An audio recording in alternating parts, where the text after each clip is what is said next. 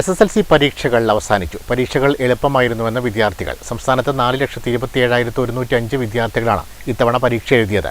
May 2-ാം വാരം പരീക്ഷാഫലം പ്രസിദ്ധീകരിക്കും. തിങ്കളാഴ്ച നടന്ന സാമൂഹ്യശാസ്ത്ര പരീക്ഷയോടെ ഇത്തവണത്തെ SSLC പരീക്ഷകൾ അവസാനിച്ചു. ആകെ 4,27,105 വിദ്യാർത്ഥികളാണ് ഇത്തവണ പരീക്ഷ എഴുതിയത്.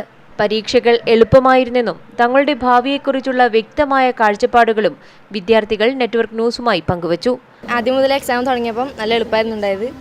കുറച്ച് ടഫായിട്ട് തോന്നിയത് ഫിസിക്സ് മാത്രമാണ്. ബാക്കിയെല്ലാം പ്രതീക്ഷേനെക്കാട്ടി നന്നായിട്ട് എഴുതാൻ പറ്റിയിട്ടുണ്ടായിനി.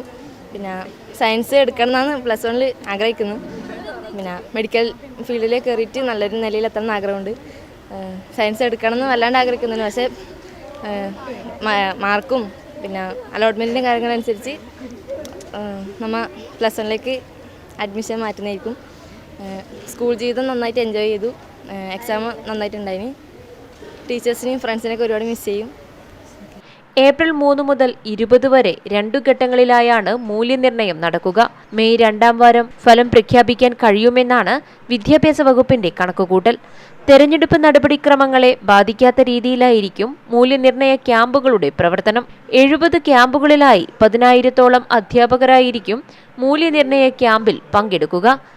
ഇപ്പോഴത്തെ കുട്ടികളെന്ന് പറയുന്നത് പഴയകാലത്തെ കുട്ടികളെ പോലെയല്ല. അവർക്ക് അവരുടെ ലൈഫിനെ കുറിച്ച് കൃത്യമായ ധാരണ ഈ SSLC കാലം തൊട്ട് തന്നെയുണ്ട്. അവരുടെ ജീവിതത്തിലെ ഏറ്റവും ആദ്യത്തെ കടമ്പ ഇന്ന് അവർ കടന്നിരിക്കുകയാണ്.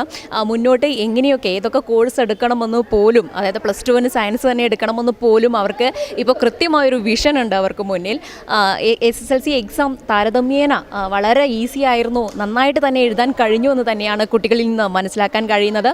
എല്ലാ ഭാവുകങ്ങളും അവരുടെ ഇനിയുള്ള ജീവിതത്തിൽ ഉണ്ടാകട്ടെ എന്ന് മാത്രമാണ് ഇപ്പോൾ പറയാനുള്ളത്. നെറ്റ്വർക്ക് ന്യൂസിന് വേണ്ടി ക്യാമറാമാൻ സുമേഷിനൊപ്പം KN വർഷ.